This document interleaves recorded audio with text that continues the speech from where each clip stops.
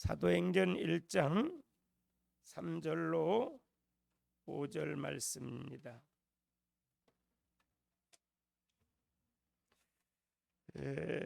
제가 봉독해 드리겠습니다. 그가 고난 받으신 후에 또한 그들에게 확실한 많은 증거로 친히 살아계심을 나타내사 40일 동안 그들에게 보이시며 하나님 나라의 일을 말씀하시니라. 사도와 함께 모이사 그들에게 분부하여 이르시되 예루살렘을 떠나지 말고 내게서 들은 바 아버지의 약속하신 것을 기다리라.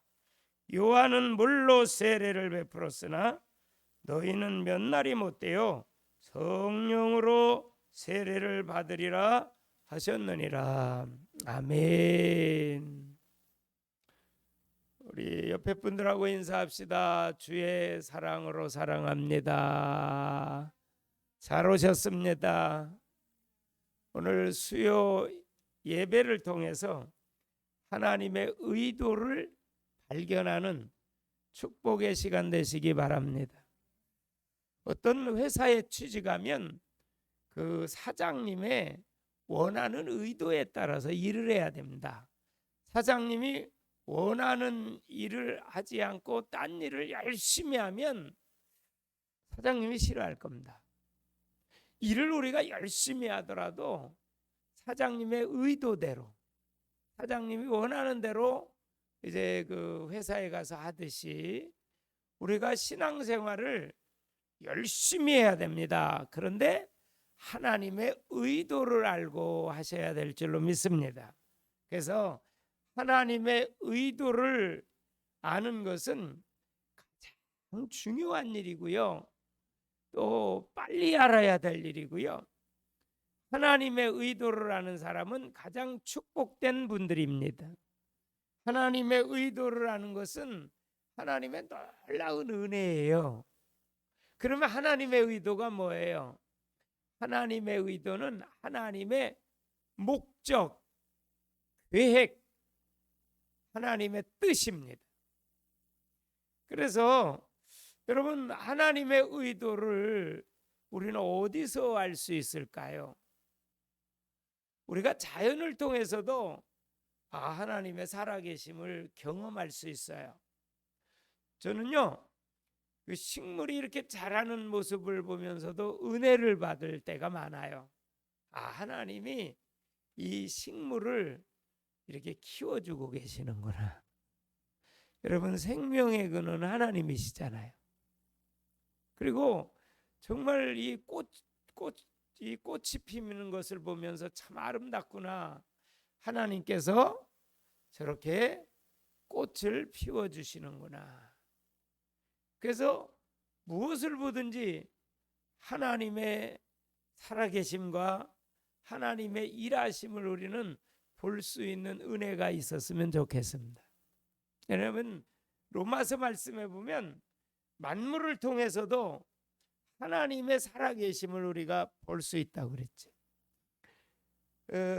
태양을 중심으로 지구와 별들, 행성들이 도는 걸 보면 참 질서정연하거든요. 그래서 창조라는 단어가 빠라라는 단어인데 질서라는 단어입니다. 하나님께서는 혼돈하고 공허하고 흑암이 깊음 위에 있었던 창조전의 상태에서 하나님의 말씀이 임하니까 혼돈이 질서로 바뀌고 공허가 채움으로 채워지고 흑암이 깊은 것이 광명한 빛으로 바뀌어졌잖아요. 여러분, 우리는 자연을 통해서도 하나님의 살아계심, 일하심을 볼 수 있는데 특별히 하나님의 의도를 우리가 확실하게 발견할 수 있는 것은 성경인 줄로 믿습니다. 성경을 통해서 하나님의 의도를 확실히 알 수가 있습니다. 여러분, 성경을 보면 다양한 사건들이 나옵니다. 다양한 인물들이 나옵니다. 또 다양한 여러 가지의 그런 상황들이 전개가 되면서 하나님은 그 다양함을 여러 가지를 통해서 하나님의 뜻, 목적, 계획인 하나님의 의도를 깨닫기를 원하십니다. 그래서 요한복음 20장 31절에 보면 성경을 기록한 목적이 잘 나타나 있어요. 하나님이 왜 성경을 기록해서 우리에게 주셨는가? 성경을 기록한 목적 한번 봅시다. 요한복음 20장을 한번 찾아가 봅시다. 31절 우리 한번 찾아보세요. 20장 31절 오직 이것을 기록함은 성경이죠. 오직 이것을 기록함은 너희로 예수께서 하나님의 아들 뭐예요? 그리스도이심을 믿게 하려 함이요. 그래서 믿음을 주기 위해서 성경을 기록한 줄로 믿습니다. 그 믿음의 내용은 예수님이 하나님의 아들 그리스도라는 내용을 믿어야 된다는 거예요. 그래서 믿게 하려 하며 믿으면 어떻게 해요? 또 너희로 믿고 믿으면 그 이름을 힘입어 예수의 이름을 힘입어 생명을 얻게 하려 함이니라. 성경을 왜 기록했냐? 예수님이 하나님의 아들 그리스도이심을 믿고 생명을 얻게 하기 위해서 성경을 기록했다는 거예요. 그래서 요한복음 10장 10절에 보니까 예수님이 오신 목적을 스스로 말씀하세요. 도적이 오는 것은 도적질하고 죽이고 멸망시키려고 오지만 예수님이 오신 것은 양으로 생명을 얻게 하고 더 풍성히 얻게 하려 하심이니라. 여러분, 예수 안에 영원한 참 생명이 있습니다. 예수 믿고 회개하고 정말 예수님을 우리 마음속에 구주로 모시면 우리가 구원을 받습니다. 그래서 성경을 기록한 목적이 나타나 있는데, 그래서 성경의 주제는 구원입니다. 구원은 믿음으로 말미암아 얻습니다. 그 믿음은 하나님의 은혜로 인한 믿음입니다. 그래서 에베소서 2장 8절에 보면 너희가 그 은혜를 인하여, 여러분 우리는 은혜를 순간순간 날마다 받아야 돼요. 지난 주일 오후에 그랬죠?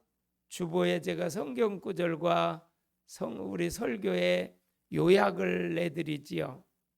거기 성경 구절을 몇 구절, 한 7, 8구절, 많으면 9구절 이렇게 아주 중요한 성경 구절을 이렇게 설교에 인용되는 것들을 주보에 제가 다 기록을 합니다. 여러분들이 그거를 찾아서 읽으면서 주일날 설교를 다시금 기억하시면서 생각하시면서 마음에 새기면서 말씀으로 은혜를 받기를 바랍니다. 말씀으로. 굉장히 중요한 영적 훈련입니다. 믿음 성장의 중요한 훈련입니다. 저는 사실 설교를 막 3번까지도 쓰거든요. 2번도 쓰고요. 초안 쓰고 또 쓰고 정서하고 노트에 옮기고, 처음에는 이제 이런 그냥 백지 이면지에다가 초안을 작성하고, 그리고 다시 한번 써보고, 그다음에 정식 제 노트가 있습니다. 저는 타자 치는 게 좀 느려가지고 이렇게 글씨 써요. 글씨를 써요. 적자 생존이라고 적기를 좋아해요. 제가 쓰기를 좋아해요. 그래서 열심히 써요. 그래서 쓰다 보니까 필체도 좋아지고 요즘에 글씨를 안 쓰면 필체가 안 늘더라고요. 그래서 참 그런 면이 있는데, 여러분 성경의 주제는 구원입니다. 주인공은 누구냐? 예수님입니다. 내용은 뭡니까? 예수가 그리스도 됐다는 겁니다. 오늘 요한복음 20장 31절에 그걸 말하잖아요. 이거 성경 기록한 목적이 뭐냐? 예수께서 하나님의 아들 그리스도이심을 믿고 영생을 얻게 하려 합니다. 생명을 얻게 합니다. 여기서 생명은 영원한 생명을 말하고 있습니다. 그래서 여러분 성경을 보면요, 크게 두 가지의 기류가 쫙 흘러가요. 첫째로는요, 구속사적 흐름으로 나아가고 있고, 또 하나는 목적사적 흐름으로 쫙 나아가고 있어요. 구속사적 흐름은 그리스도의 비밀을 통한 구원의 하나님의 그런 역사를 말하고 있고요. 목적사적 흐름은 하나님 나라입니다. 여러분, 우리가 구원받은 목적은 하나님 나라를 누리고 확산시켜야 되는 것이 구원의 목적입니다. 그러니까 이제 구속사적 관점에서 우리가 은혜로 말미암아 믿음으로 구원받았어요. 그렇죠? 지난 주일 낮 설교가 구원을 주시는 사랑의 하나님이에요. 우리가 구원받았다고 하는 것은 신분이 최고의 신분으로 바뀌었고 권세를 주셨어요. 영접하는 자 곧 예수 이름을 믿으면 하나님의 자녀가 되는 권세를 주셨습니다. 그러니까 하나님 자녀가 된 거예요. 또 성령이 우리 안에 오셨어요. 그리고 구원받았다고 하는 것은 하나님 나라의 시민권을 우리에게 주셨어요. 그리고 예수 이름으로 기도하면 하나님이 응답하는 기도의 특권을 주셨어요. 참 그러면서 이제 예레미야 33장 2절에 보면 일을 행하시는 여호와 그 일을 지어 성취하시는 여호와 하나님은요, 우리를 위해서 지금도 일하시고 계시는 하나님이시죠. 심지어는 성경이 그래요. 졸지도 아니하시고 주무시지도 아니하시고 우리를 위해서 일하시는 하나님. 왜 그러시는지 압니까? 하나님께서 우리는 저녁에 잘 자요. 근데 하나님은요, 우리를 보호하세요. 왜냐? 마귀 사단 귀신들이요, 자빠라자지도 않아요. 이놈들은요. 그 마귀 사단 귀신도요, 영적인 존재이기 때문에 하나님께서요, 사탄 마귀 귀신들을 대적을 막아주세요. 그래서 우리는 잘지라도 하나님은 우리를 보호하시고 우리를 지켜주세요. 얼마나 감사합니까? 참 우리 하나님 앞에 우리 인생을 맡기시기를 바랍니다. 예수님도 그러세요. 아버지께서 일하시니 나도 일한다 그러세요. 아버지께서 일하시니 나도 일한다. 내가 하는 일은 아버지가 하시는 일이다. 내가 말하는 것은 아버지의 말씀이다. 예수님이 직접 그렇게 요한복음에 자세히 말씀하고 계세요. 여러분, 그러면 사복음서에 보면 때가 돼서 구약에 예언하고 기다리고 기다리던 구세주 대신 예수님이 태어나시죠. 그래서 사복음서에 예수님이 태어나면서 뭐 잘한 것은 구체적으로 기록된 것이 한두 군데 외에는 많지는 않죠. 그러면서 30살이 되셔서 이제 공생애를 시작하죠. 세례요한에게 요단강에서 세례를 받으시고 본격적으로 공생의 사역을 시작하시죠. 그러면서 예수님의 3대 사역은 복음을 전파하시고, 할렐루야, 전도입니다. 가르치시고 양육입니다.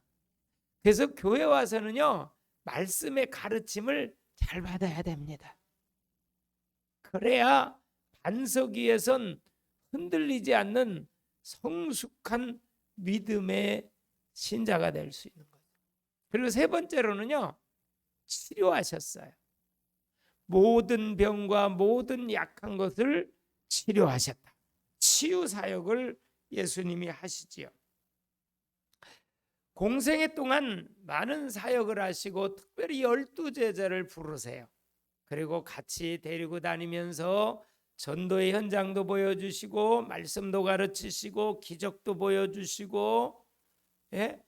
문둥병자도 고치시는 것을 제자들에게 보여주시고, 죽었던 나사로도 살려주시면서 기적을 베푸시면서 예수님이 하나님이시라는 사실을 보여주세요.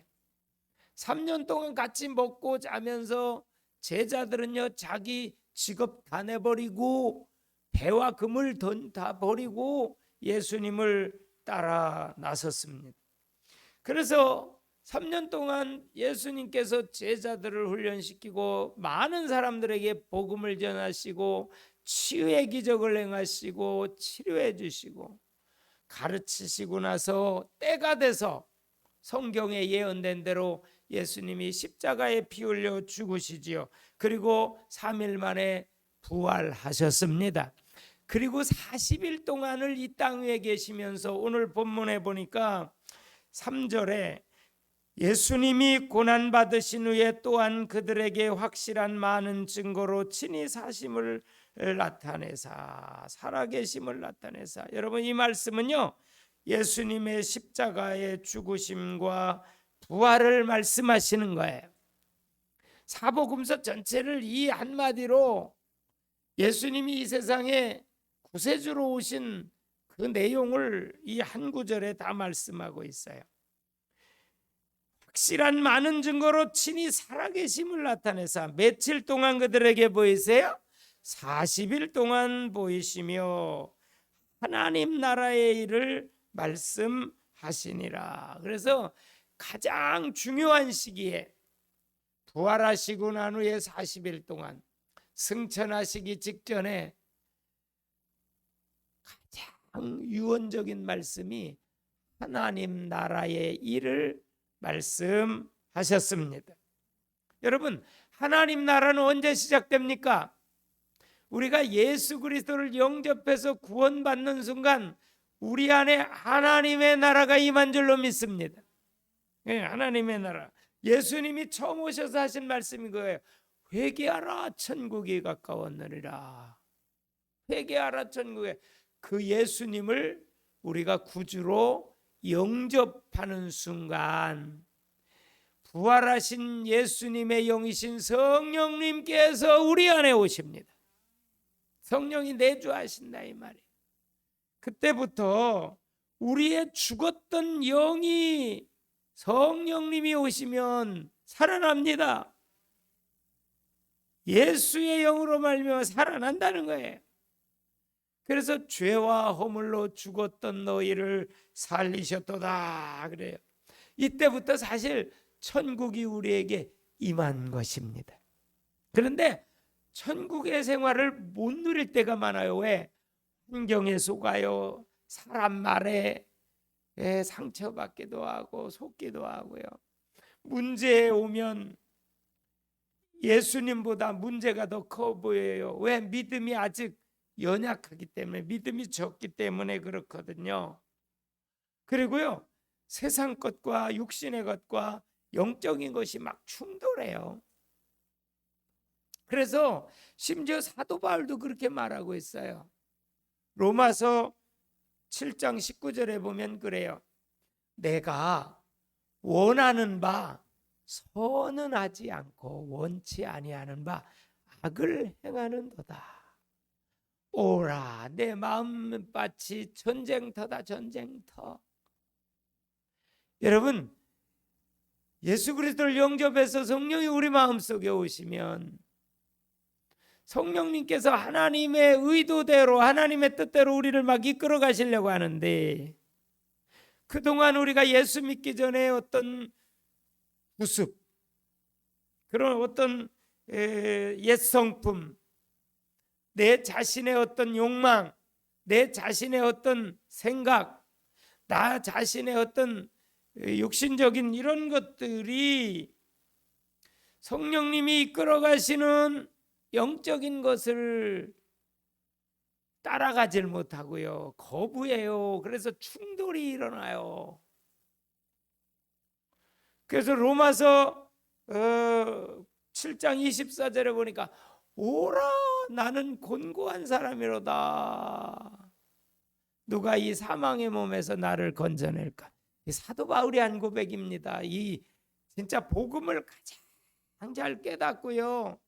복음을 가장 잘 전하셨던 이 바울이 내 마음은 전쟁터다.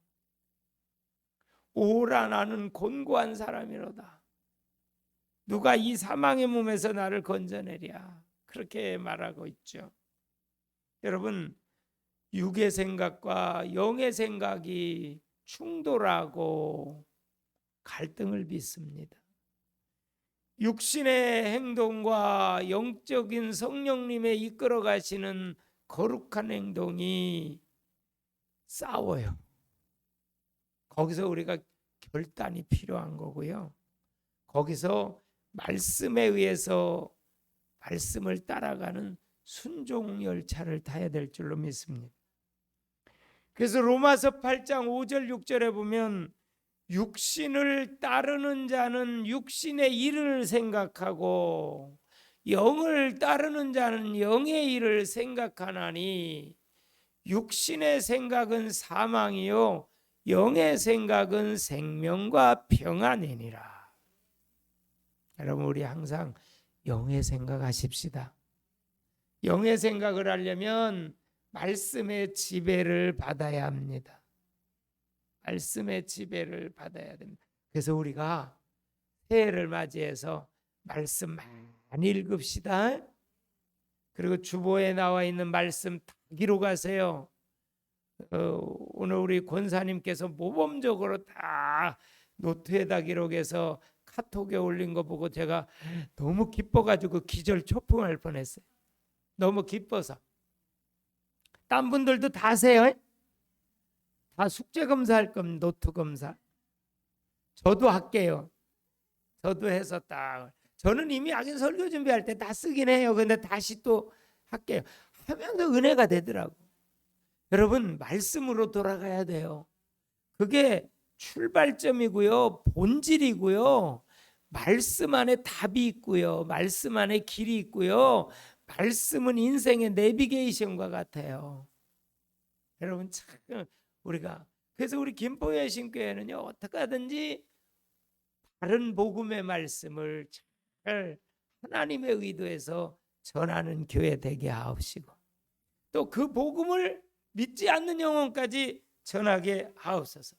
나만 예수 믿고 나만 천국 가면 어떻게 해요? 우리의 이번 기회에 우리 일가 친척들 믿지 않는 분들 이름과 전화번호 다 하세요. 그리고 관계도 다 적어내세요.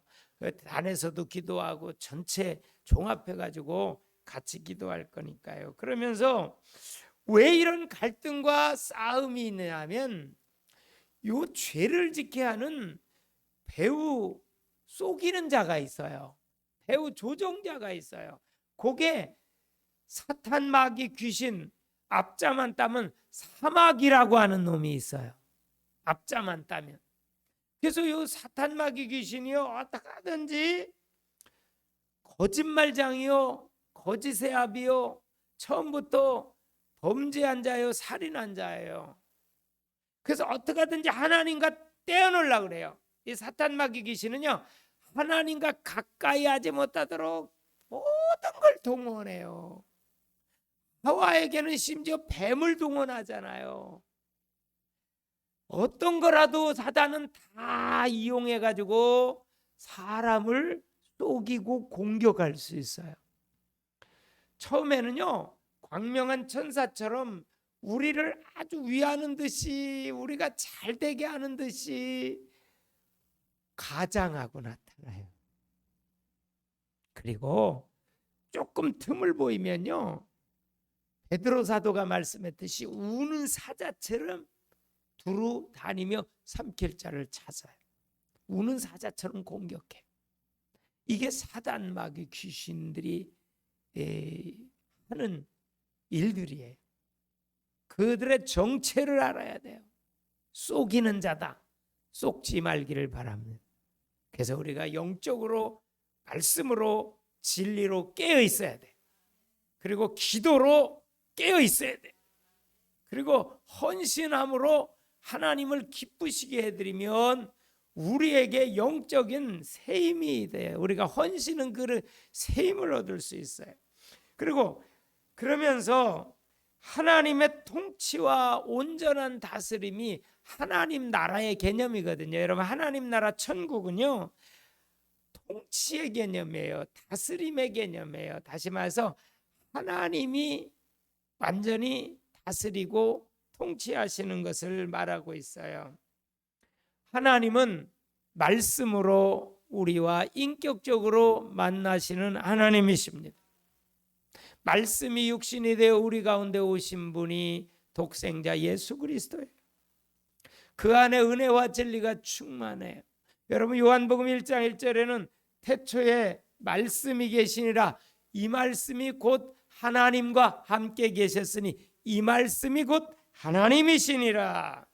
요즘에 새벽마다 우리는 신명기서 하야 통삼을 통해서 은혜를 받고 있어요. 하야라는 단어는 신명기 6장 6절에 말씀을 마음에 새기고 하야 동사예요. 말씀이 마음속에 일시적으로 머물러 있는 게 아니에요. 지속적으로 말씀이 마음속에 머물러 있어서 우리의 생각을 사로잡고 우리의 가치관을 형성하고 말씀이 우리를 이끌어가고 말씀의 완전 영향하에 있는 거예요. 이게 하나님 나라예요. 하나님 말씀에 의해 통치를 받는 것인데, 여러분, 성령님은요 진리의 영입니다. 말씀의 영입니다.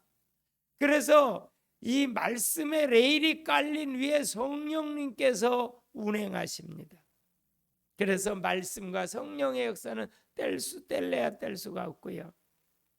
말씀을 읽고 말씀을 생각하고 말씀을 듣고 말씀을 암송하면 그때 성령이 역사해요. 사도행전 10장 44절에 보니까 고넬료가 베드로를 초청해요. 말씀 듣는 모든 사람에게 성령이 충만히 임했어요. 여러분, 이 시간에도 말씀 듣는 이 시간 성령이 우리 가운데 충만히 임하는 거예요. 성령이 역사하는 거예요. 여러분, 오늘 4절 5절 보세요. 사도와 함께 모이사 그들에게 분부하여 이르시되 예루살렘을 떠나지 말고 내게 들은 아버지의 약속하신 것을 기다리라. 아버지의 약속하신 것이 뭐예요?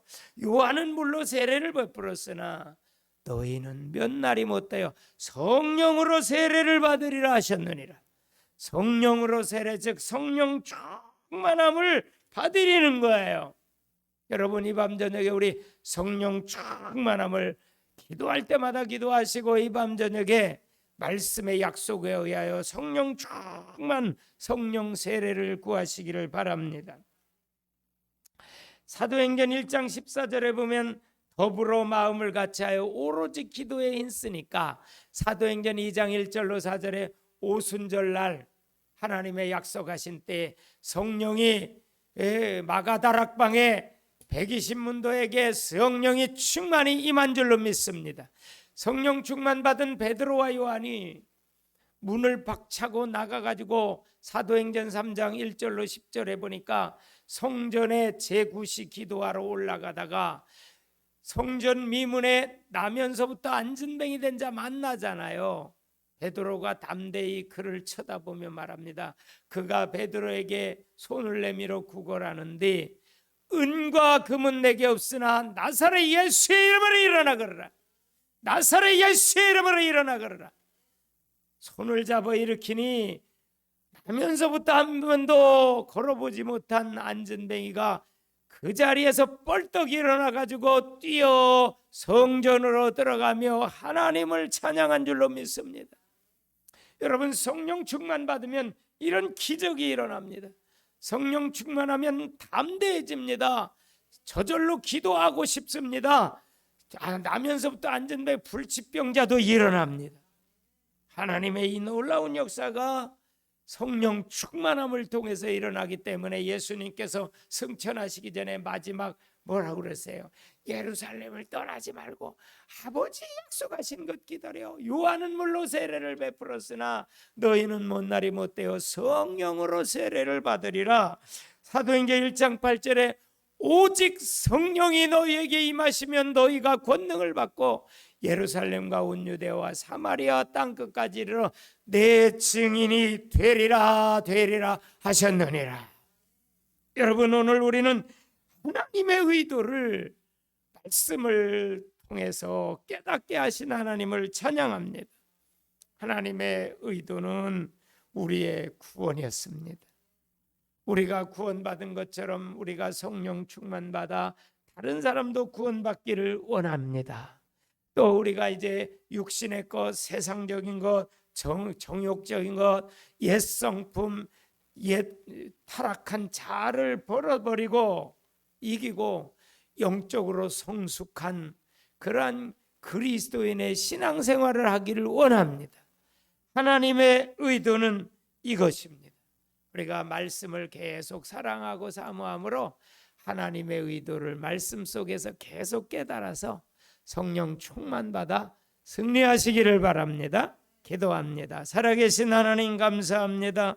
오늘 하나님